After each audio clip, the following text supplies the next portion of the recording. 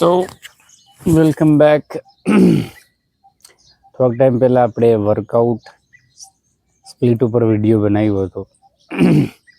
તો આપણે આજે વાત કરશી કે વર્કઆઉટની જે નવા બિગિનર્સ છે, જે પુશ પુલ લેગ સિરીઝ લગાડવા માંગે છે, મતલબ કમસે કમ ઇન્ટરમીડિયેટ હોવા જોઈએ પુશ પુલ લેગ્સ માટે. મતલબ 6 મહિના ટ્રેનિંગ તમે કરી હોય તો પછી તમે આ ટ્રેનિંગ ફોલો કરી શકો છો. તો આમ તો પુશ પુલ લેગ્સ મતલબ કે ચેસ્ટ, બેક અને લેગ, આ 3 દિવસ તમે ટ્રેન કરો છો વર્કઆઉટમાં. પણ જો હું તમને વાત કરું સિરીઝ વાઇઝ, તો હું એને થોડું ઊંધું લઉં છું. લેગ પુશ પુલ લેગ્સ એમ લઉં છું. લેગ પુશ પુલ એવી રીતે કે હું પહેલે લેગ ટ્રેન કરું છું, પછી બેક ટ્રેન કરું છું અને પછી લાસ્ટમાં ચેસ્ટ ટ્રેન કરું છું ત્રીજા દિવસે. તો આમ 6 દિવસની ટ્રેનિંગ છે. તો આમ તો સોમવારે તમે ચાલુ કરો તો ઇન્ટરનેશનલ ચેસ ડેની ગણે સોમવારે ચાલુ કરી શકો તમે. પણ જો તમે મારી કોને લેગથી જ કરવા માંગતા હોય તો લેગથી તમે ચાલુ કરો તો લેગને રિકવર થવા 2 દી ચડી જાય. ત્રીજે દિવસે પાછો તમે લેગ લગાડી શકો. તો આજે લેગનું વર્કઆઉટ છે.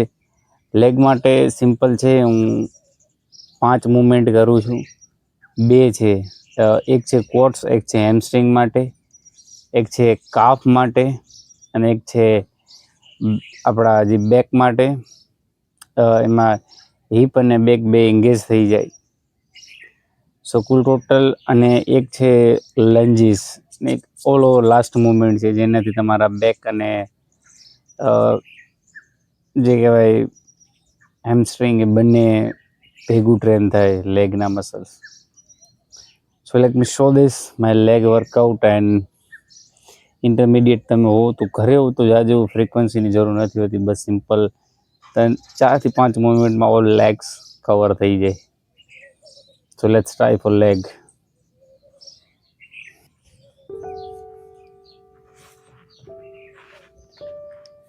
સો ફર્સ્ટ ઓફ ઓલ ભાઈ, તમે ઘરે સ્કોટ્સ કરતા હોય અને ડીપ સ્કોટ્સ ના કરી શકતા હોય છે, એટલે બેહી ના આવતા હોય તો આવી રીતના એક બેલું રાખી શકો છો.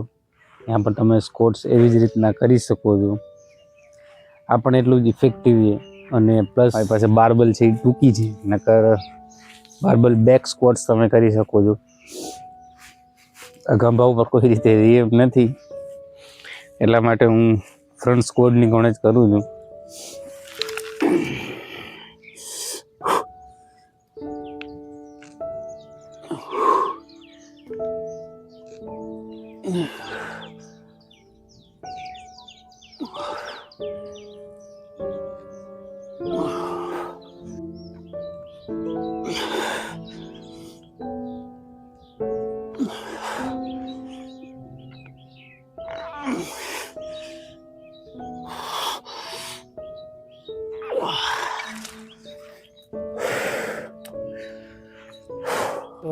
બાર્બલ સ્કોટ્સ ફ્રન્ટ સ્કોટ્સનો હું લઉં છું આમ તો 4 સેટ. દિવસનો વારો થાય જાય, બાકી 3 સેટમાં હું લઉં છું. તો અઠવાડિયાના પહેલા દિવસે હું સપોર્ટ રાખી બેલાનો અને કમસે કમ 4 સેટ પૂરા કરું છું સ્કોટ્સના. અને કોશિશ કરું છું કે ફેલિયર લગીને જાઓ, જેથી તમારા ક્વોટ્સ છે એ પૂરું તરહ એન્ગેજ થાય. લેગનું front muscle. Let's focus on hamstring. So hamstring માટે અઠવાડિયાના પહેલા દિવસે હું લઉં છું RDL, બીજા દિવસે લઉં છું અલગ એક્સરસાઇઝ. બીજા દિવસે આપણે વાત કરશે, પણ આ પહેલો દિવસ છે એટલે પહેલા દિવસ માટે આપણે RDL લઈશું, જે રોમેનિયન ડેડલિફ્ટ કહે છે. એને કમરને સીધી રાખી અને ખાલી તમારે આગળ ઝૂકવાનું છે. સોરી, તમારા જે હિપ છે એ ના હોય ભેગા બેન્ડ થવા જોઈએ, કમર એકદમ સીધી રહેવી જોઈએ. અને ડમ્બલ હોય કે બાર્બલ હોય, પગને નજીક રાખવું બને એટલા.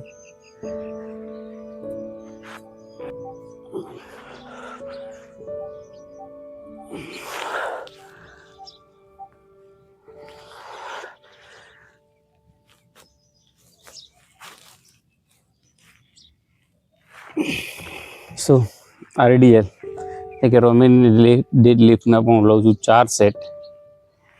ટ્રાય કરવાનું કે જે બાર્બલ કે ડમ્બલ હોય પગને નજીક રહી, આપણે વાત કરીએ, જેથી તમારી હેમસ્ટ્રિંગ છે એ ફૂલ રેન્જ ઓફ મોશનમાં ટ્રેન થાય. તો કાફ્સમાં પહેલા દિવસે કેવું છે, કાફ્સ જે આપણે પિન્ડલિયનો મસલ્સ છે, નીચેનો ગોઠણના નીચેનો મસલ્સ એને કહેવામાં આવે છે. એમાં 2 મસલ્સ હોય છે, સોલિયસ અને ગેસ્ટ્રોમિયસ કે 2 મસલ્સ. તો એ માટે 2 માટે અલગ અલગ વેરિએશન છે. હું અઠવાડિયાના પહેલા દિવસે સીટેડ કાફ રેઝિસ કરું છું અને અઠવાડિયામાં બીજા દિવસે સ્ટેન્ડિંગ કાફ રેઝિસ કરું છું. So let me show this.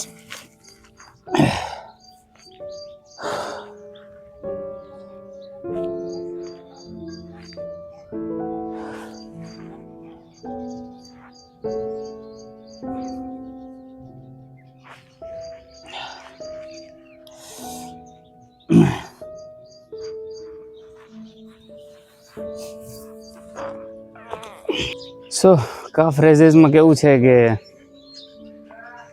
અઠવાડિયાના 2 ટાઈમ તમે બદલાવતા કરી શકો છો. અને સ્ટેન્ડિંગ કાફ રેઝિસ પણ જો તમે કરી શકો તો સારું છે. ઘરે શરૂઆતમાં બેલો લઈને કરતો તો તમે પણ કરી શકો ટ્રાય. ગોઠણ ઉપર બેલો રાખી એનાથી પણ હાલે જુગાડથી. સો નેક્સ્ટ એક્સરસાઇઝ છે આપણી હિપ થ્રસ્ટ. હિપ થ્રસ્ટમાં કેવું છે કે જો તમે સુમો સ્કોટ્સ કરો તો હિપ થ્રસ્ટને તેથી અવોઇડ કરો, કેમ કે હું અઠવાડિયાના 2 ટાઈમે અલગ અલગ કરું છું. જે ટાઈમે હિપ થ્રસ્ટ કરું છું એ ટાઈમે સુમો સ્કોટ્સ છે પગને વાઇડ રાખી એને નથી કરતો, કેમ કે એમાં પણ તમારા હિપ અને ઇનર થાઇસ છે એ પણ એટલી ટ્રેન થાય છે. Let me show this. Hip થ્રસ્ટમાં કેવું છે કે તમારી પાસે બાર્બલ ન હોય, તમે ડમ્બલથી પણ કરી શકો છો. અહીંયા રાખી રેન્જ અને એમાં થોડું ઓછું થાય, પણ એક્સરસાઇઝના બેનિફિટ છે એ સેમ જડે.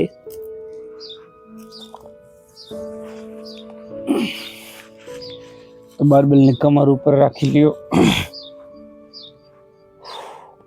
અને કોઈ પણ એક વસ્તુને તમારા ખંભા તમારે બે ગારે સપોર્ટ કરી લે અને પગને બિલકુલ નીચે રાખી અને કમર છે એ જ ભાગ ઉપર કરવાનો છે.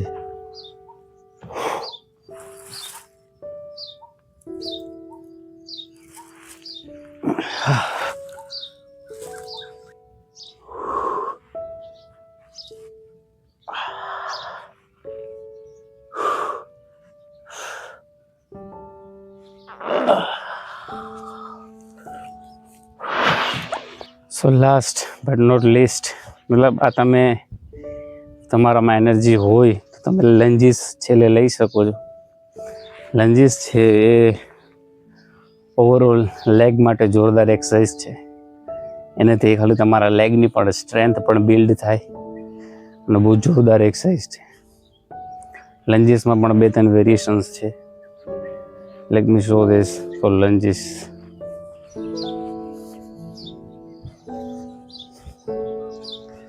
પાર્થિવન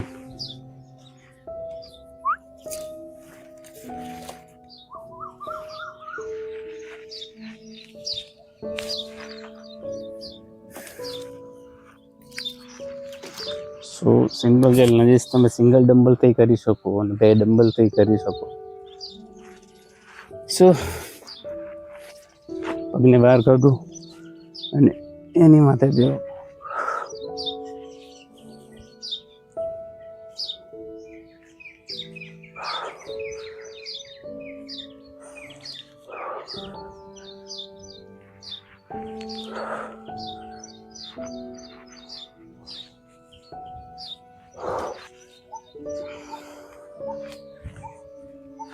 સિમ્પલ બસ આ જ રીતના ઘૂંટણની નીચે અડે ના અડે પણ ઊભા થયા ત્યારે બીજા પગ ઉપર લોડ આવે. So it's complete. That's all over leg workout. Easy છે. તમે એક્સરસાઇઝને રોટેટ કરી શકો છો. તમને કોઈ એક્સરસાઇઝ નવી આવડતી હોય તો એ પણ તમે એડ કરો. અને લેગ વર્કઆઉટ છે એના માટે ઇન્ટેન્સિટી બને એટલી ઊંચી રાખો ઘરે. કેમ કે જો તમે નવા હોય તો લેગ છે ને રિકવર થવામાં ઘણી વાર લાગે મસલ્સને, કેમ કે મોટા મસલ્સ છે લેગના. હેમસ્ટ્રિંગ, ગ્લુટ્સ, કાબ્સ, આ બધા મસલ જે છે એને રિકવર થવામાં બહુ વાર લાગે. તો ટ્રાય કરો. ઘરે તમારા પાસે ઇક્વિપમેન્ટ ઓછા હોય તો પણ ટ્રાય કરો. બોડી વેટથી ટ્રાય કરો. સ્ટ્રોંગ લેગ છે ભાઈ આપણા મસલ, આપણા શરીરનો મતલબ 60% હિસ્સો છે આપણા શરીરનો. ઓલમોસ્ટ 50 નહીં પણ 60, કેમ કે લેગ છે, સ્ટ્રોંગ લેગ છે. ખાલી આખી મતલબ ઓવરઓલ બોડીની એસ્થેટિક લુક વધારી દે છે લેગ. તો ઘરે પણ લેગ થઈ શકે છે ભાઈ, કમ્પ્લીટ લેગ વર્કઆઉટ. આવી રીતના હું તો બદલતા એક્સરસાઇઝ કરતો હોઉં છું અને તમે પણ ટ્રાય કરો. સો ધેટ્સ ઇટ. ચાલો આપણી મીલ તૈયાર છે, લઈને નીકળી જાય કામ તરફ. જેથી ટાઈમ ના હોવાને છે લીધે હું એક્સરસાઇઝ બહુ મિનિમાઇઝ રાખું છું. પણ ઘરે હો તો બોડી વેટથી પણ ટ્રાય કરો અને કંઈ ના હોય તો સિમ્પલ એક E2 લઈને પણ તમે ટ્રાય કરી શકો છો. મેં સિમ્પલ શરૂઆતમાં ચાલુ કર્યું ત્યારે હું તમને દેખાડું. 1 મિનિટ. હું આમાં રેતી ભરીને કરતો હતો ભાઈ કચરા. આમાં થોડી રેતી છે. આ 5 લીટરનું કેન છે બિસ્લેરીનું. 5 લીટરનું કેન છે બિસ્લેરીનું ભાઈ. એમાં શરૂઆતમાં હું રેતી ભરી અને કસરત કરતો હતો. Seriously man. કંઈ ના હોય તો આવી રીતના જુગાડ કરો. અને છેલ્લી ભાઈ કંઈ ના થઈ શકતો હોય તો બોડી વેટ તો કરવો જ. કંઈ ના થઈ શકતું હોય તો બોડી વેટ વર્કઆઉટ તો કરો જ. Exercise is a necessary of life. લાઈફનો હિસ્સો બનાવો કે ફિટ. જોડાઓ, આપણે ભેગા મળી અને ફિટનેસ તરફ જાય.